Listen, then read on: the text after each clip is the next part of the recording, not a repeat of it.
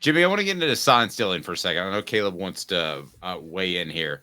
I look at Josh Heupel, and he likes to, I think, kind of press up against the rules a little bit in terms of what he does, the aggressiveness, the going with tempo, and that sort of thing. But I can't imagine anybody with any sort of intelligence whatsoever trying to pull off the sign stealing scandal with so much proof out there. Yeah. I mean, just in stupidity, where does this rank among the dumbest cases of a scandal in college football history? This is right up there with me. Yeah, on a 1 to 10 scale, I'd put it at an 11.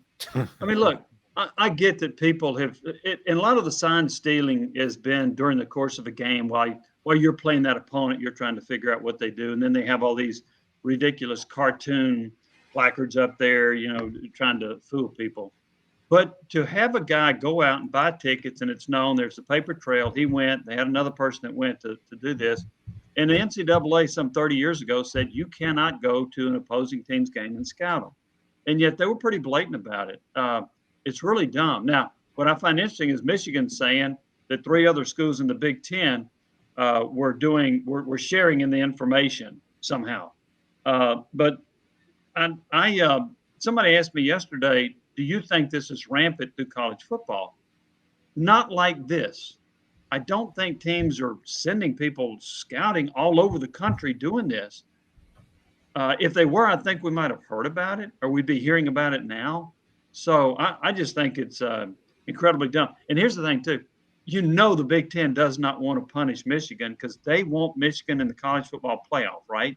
And what does that do to the Big Ten to get a team in the playoff? That's millions of dollars, and perhaps even Michigan's good enough to win a national championship. So the conference does not want to nail Michigan right now. Maybe they'll get them on January the 12th, but not right now. Yeah, Jimmy. So I know you say not like this. You're right. This is peak stupid. I still say, and it's much more serious, the Penn State scandal was the stupidest because they were trying to cover for Jerry Sandusky because of the backlash they were worried about. I'm like, but if you guys turned them in, y'all all would have looked like heroes for turning in. So that's still, to me, the dumbest one and the most tragic one too. But the Michigan sign stealing thing, do you think this is, so I know you say no one does it to this level. Do you think it's serious to the point to where it legitimately did give Michigan a uniquely unfair advantage that other schools didn't have? I do. Now, the degree of the advantage is what's hard to figure out. Deion Sanders said, oh, no, you still got to go play the game. I get that.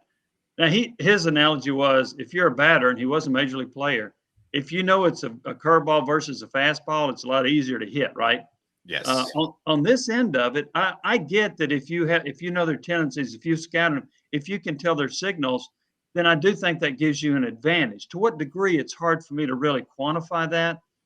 I will say that if you stole Tennessee's signals, I'm not sure that helps you because their offense is so fast. How are you going to signal in the defense when they're running it at warp speed and snapping it every 12 seconds? So I think it would be harder against a team like Tennessee. It would be easier against a team like Wisconsin, Ohio State, teams that kind of plod along that don't go at a really fast speed. So, I mean, is it worth a touchdown a game? I don't know, Caleb. It's a good question. I don't know the answer to it. I do think it's an advantage. To what degree? Hard for me to say.